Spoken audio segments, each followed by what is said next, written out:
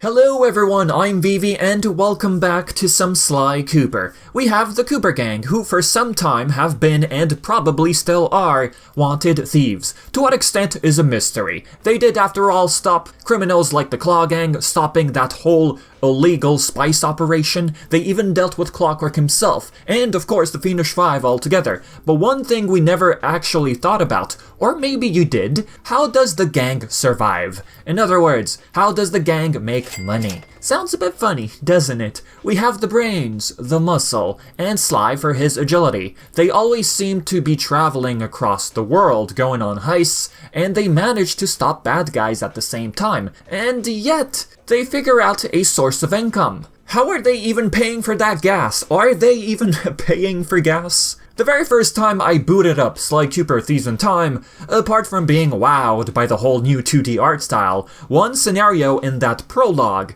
really got me thinking, this one in particular. In fact, thieving is the family business, and business was good.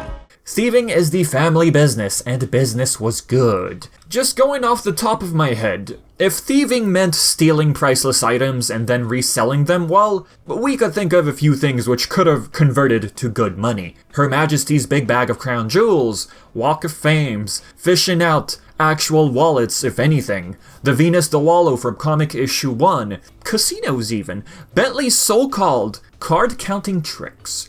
If you didn't know, this scene was only present in the PS2 version. We are talking about NTSC, certain PAL regions, if I am not mistaken, and NTSCJ. For whatever reason, this scene got removed in the HD collection. It could have been due to the depiction of gambling, age rating and all that, or it could have been non-deliberate, meaning they simply went with a certain build which never had Bentley playing at the casino. Just imagine how much they left with after every visit at the casino. And at this point we can argue about the Cooper Vault. I mean, there's a bunch of loot in there which further enhances the idea of selling loot in exchange for money. Sly, after the events of 3, used his so-called amnesia to lay low with Carmelita. And yet, Sly said that business was good. Before I add on to this, I always like to compare Sly to Ratchet and Jak. Now, for the sake of gameplay logic, we collect bolts, aka money, via crates lying around randomly all over the place. But looking at it in a more realistic way in a fictional world, if that makes sense,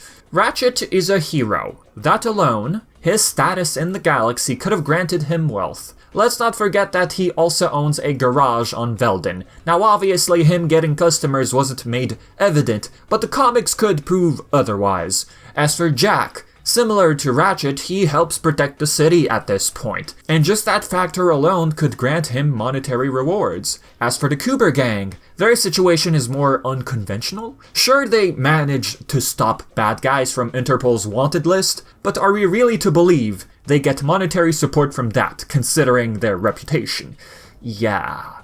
Their structure is just completely different. There's one thing which has been around since Sly 2, and that's ThiefNet. This website could perhaps be their go-to source of income. Apart from purchasing power-ups, we could sell stolen loot in exchange for coins. Whether or not they use ThiefNet to sell absolutely anything they steal, that's not made very clear, at least looking at something huge like the Venus de Wallow. An example we could use here, when Sly said that business was good while he was with Carmelita during the prologue in Thieves in Time, we'd like to imagine that Bentley was still using ThiefNet to sell things they've stolen, generating money during that period. If anything, when it comes to large items, they could sell them anonymously via other sources. After all, they are prone to disguises when going on certain heists. Any one of them could act as a salesman, trying to sell anything they've stolen.